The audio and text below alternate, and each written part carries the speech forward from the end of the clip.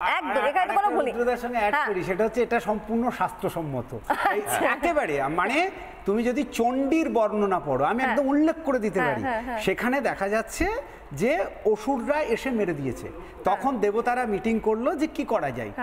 তারপরে তাদের সমবেত প্রচেষ্টায় যার সৃষ্টি হলো তিনি দুর্গা, তিনি গিয়ে অ্যাটাকটা করলেন। এবার তুমি অপারেশন সিঁদুরের সঙ্গে অসুররা এসে মারলো, প্রধানমন্ত্রীরা পুরুষরা মিটিং করলো, তারা বললো হবে না, একজন মহিলার হাতে দায়িত্ব দাও, তিনি গিয়ে মারলেন। সুতরাং আমরা বলতেই পারি আধুনিক ফর্মে হচ্ছে কিন্তু স্বাস্থ্যসম্মত। সুতরাং কারো এটা নিয়ে প্রশ্ন তোলার কোনো জায়গাই নেই। এই যে মানুষটা ধরুন এই যে আদি অনন্ত কাল ধরে মা শুধু ওই মহিষাসুরকেই মেরে যায়, না না তার আগে না আর যা হয়েছে সেগুলো মহিষাসুরকেই মেরে যাচ্ছে, আরো তো অনেক অসুর আছে। না না মানে মূল বিষয়টা হচ্ছে যেটা শেখাতে চাই, এটা স্বাস্থ্যসম্মত উত্তর হচ্ছে যে তোমরা যদি সমবেত হও, মূল যে দুর্গাপূজার যে মূল থিমটা কি, সেটা হচ্ছে দেবতারা হেরে গেছে, একে একে দেবতারা হেরেছে। কিন্তু যখন তারা সিঙ্গেল ছিল তখন তারা ঠিক করলো যে আমরা যদি সবাই এক হই তাহলে আমাদের মধ্যে থেকে একটা শক্তি তৈরি হবে এবং তখন আমরা যে কোনো অসুরকে মারতে পারবো। শুধু এই শিক্ষাটা যদি আমরা গ্রহণ করি, আমরা যদি এক হই, মানে আমাদের রুদ্রনীলদার সঙ্গে কথা বলছিলাম এবং রুদ্রনীলদা বলছিলেন যে অরিত্র আর রুদ্রনীলদা একটা টিম হিসেবে কাজ করছে। অরিত্র, এই রুদ্রনীলদা তোমার টিমটা আমরা অন এয়ারেও দেখেছি, হ্যাঁ ঠিক আছে, মানে কোকোকোলায় কিছু মিশিয়ে টিশিয়ে খাইয়ে টাইয়ে দেওয়ার ব্যাপার এখানেও হয়নি তো? কালকে এরকম একটা পরিবেশ তৈরি হয়েছিল, এই আমরা প্রায় রোজই আমাদের চলছে রাত্রিবেলা যখন আমরা এগুলো তো টেস্ট করতে হয় যে কত মানুষ দেখলেন, দেখতে অসুবিধা হচ্ছে কিনা, প্রবল ভিড় শুরু হয়েছে, তো তার মাঝখানে আচ্ছা আমরা কি কোনো কিছু মিস করে গেলাম, একটা নির্দিষ্ট সময় রয়েছে, সব নিয়ে আলোচনা চলছিল। তখনও কিন্তু বিভিন্ন কোল্ড ড্রিঙ্ক ধরনের অনেক কিছু আমায় খাওয়ায়।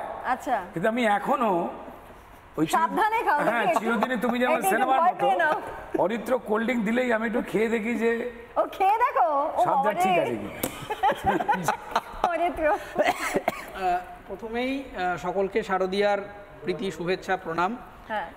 অপারেশন সিঁদুর এই যে থিম কথাটা, আমি মনে করি এটা আমার ব্যক্তিগত ওপিনিয়ন যে প্রত্যেক আর্টিস্টের বা প্রত্যেক মানুষের কথা বলার বা তার যা জীবনের বলার আছে সেই বলার এক এক রকম প্ল্যাটফর্ম থাকে।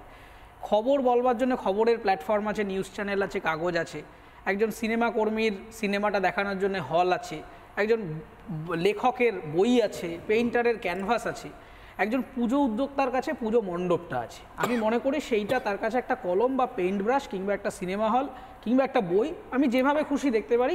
আমি কেন মনে করছি না যে অপারেশন সিঁদুরের মধ্যে রাজনীতি আনা উচিত, তার কারণ আজকে সন্তোষ মিত্র স্কোয়ার অপারেশন সিঁদুর করছে, এখানে ঘটনাচক্রে মূল উদ্যোক্তাদের মধ্যে বিজেপি পন্থী বা বিজেপির সাথে সরাসরি জড়িত মানুষরা আছে বলে আমাদের বাইরে থেকে মনে হচ্ছে যে এ তো বিজেপির পুজো। কিন্তু আমার প্রশ্নটা হচ্ছে, অপারেশন সিঁদুর নিয়ে প্রচার করবার জন্যে সারা পৃথিবীতে ভারতবর্ষে প্রতিনিধি দল ভারতীয়রা পাঠিয়েছিল এবং তার মধ্যে শুধুমাত্র বিজেপির লোক ছিলেন না, তাদের মধ্যে তৃণমূল ছিল, কংগ্রেস ছিল, সমস্ত বিরোধী দলের লোকেরা ছিল। তার মানেটা কি? অপারেশন সিঁদুর বিজেপির কাজ নয়।